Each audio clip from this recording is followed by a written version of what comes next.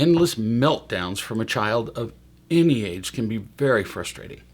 Today we're going to talk about the surprising moment when comforting a child who is having a meltdown can actually make it worse. Comfort can worsen the breakdown. Hit the subscribe button and get a steady flow of actionable parenting advice, practical stuff to raise confident, emotionally healthy kids. A father wrote me and said, quote, "This morning we were playing in the yard and my 6-year-old, Ella, was drawing on the sidewalk with chalk. My 9-year-old, Erin, spilled some water on part of her drawing and Ella came crying to me that he'd hurt her feelings. You've all seen this. Look what he did to me. I told her that I would talk to him, but she kept crying. I told her that she could be mad and cry for only 30 more seconds, but then she would need to stop. She kept crying and saying, 'Aaron's hurt my feelings.' And I told her that he'd just made a mistake. He didn't mean to hurt her feelings, but she kept whining and crying. I tried a whole bunch of other things to help her see what she was doing, but she was still very upset about her drawing being destroyed. I tried logic and listening and touching. It took more than 10 minutes for her to calm down. I don't know if I handled it right." You got confused because little Ella kept talking about the drawing through her irresistible tears, a cute little girl, tears running down her face, who could resist? You thought the drawing was important. You thought it mattered. But no, it wasn't what mattered. Ella played you all the way, unconsciously, but nonetheless, she gamed you. With her tears and whining and blaming, she convinced you that some terrible thing had happened. You even referred to her drawing, just now to me, as being destroyed. It's a chalk drawing on the sidewalk. The drawing was irrelevant. The central issue, the only issue, was your daughter whining. Drawings come and go. They will all of her life. But whining tends to become a lifetime pattern, ruining happiness and relationships. That's a big deal. For more than 10 minutes, she manipulated you to talk to her, reason with her, hold her, talk to her some more, beg her, sympathize with her, promise to talk to her brother, and you ignored your own promise that she could cry for only 30 more seconds. Boy, did she get you. And with every word you spoke, every second that she cried, you unintentionally confirmed that she was right to be a victim and justified in crying and blaming her brother. You put her on the throne of victimhood. Now, you did the best you knew, and now I'm not going to tell you what you should have done. There's just no criticism here. Instead, let's do a role play. And I will play your part as the dad. So let's begin. My 6-year-old daughter, remember, I'm being you.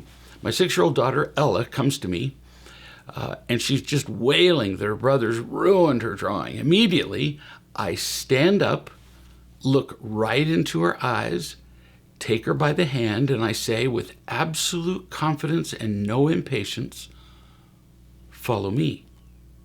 I walk straight to the sidewalk, and as I gesture to a clean section of the sidewalk that has no drawing, I say to Ella, "Do you see any other place that you could make another drawing?"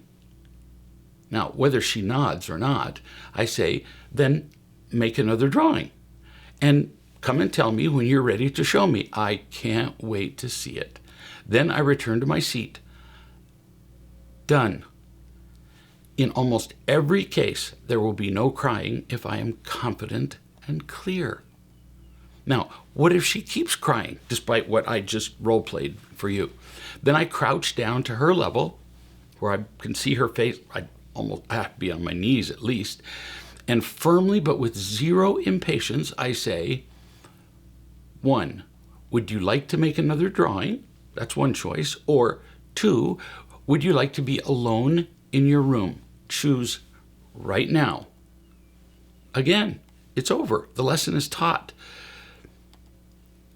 Stuff we don't like just happens, always will. Inconveniences and injustice, and so on. Then we can choose, 1, to be happy, or 2, to whine and cry and be alone and miserable. We can teach our children these lessons early in life, or we can let life teach them, where the lessons are long and brutal, because life doesn't really care whether they learn the lessons.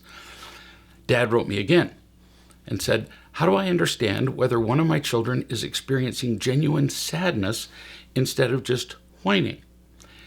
It's not a simple answer, but understandable. Mostly it's a tone of voice. It's about tone of voice and circumstances. The tone you will have to learn, but it's not complicated. The difference between a sad tone and a whining tone is like the difference between the taste of tap water and water from a mud puddle.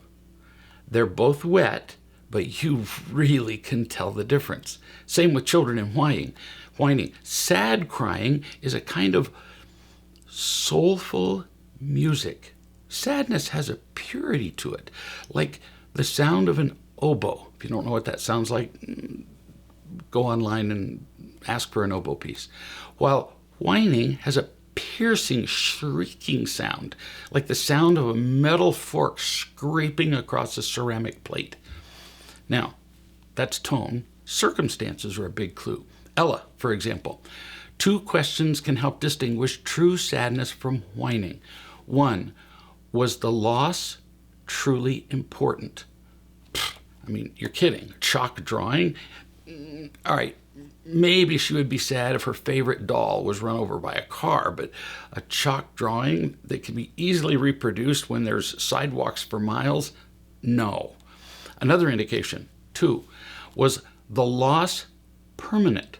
So was it important? Did it matter? And is it permanent? No, her loss wasn't permanent. She could make another drawing in less time than it took her to whine about the first one. So by the use of just those 2 criteria, you have a good indication that she was not crying from genuine sadness. Now, she wasn't intentionally manipulating you. She claimed sadness, but you're the adult. She doesn't actually know how to label her feelings. You get to teach her about the nature of loss. This is a big thing. It's your responsibility to teach her which losses matter and which do not.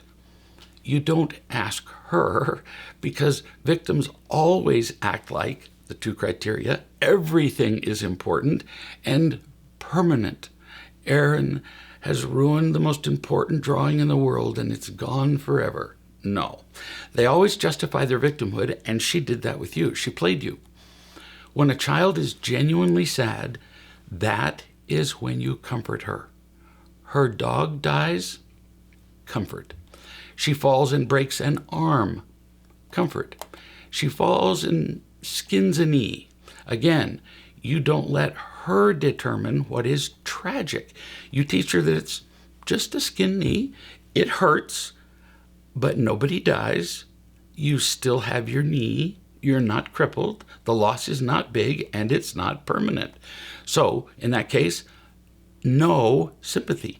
Just loving and teaching, as always.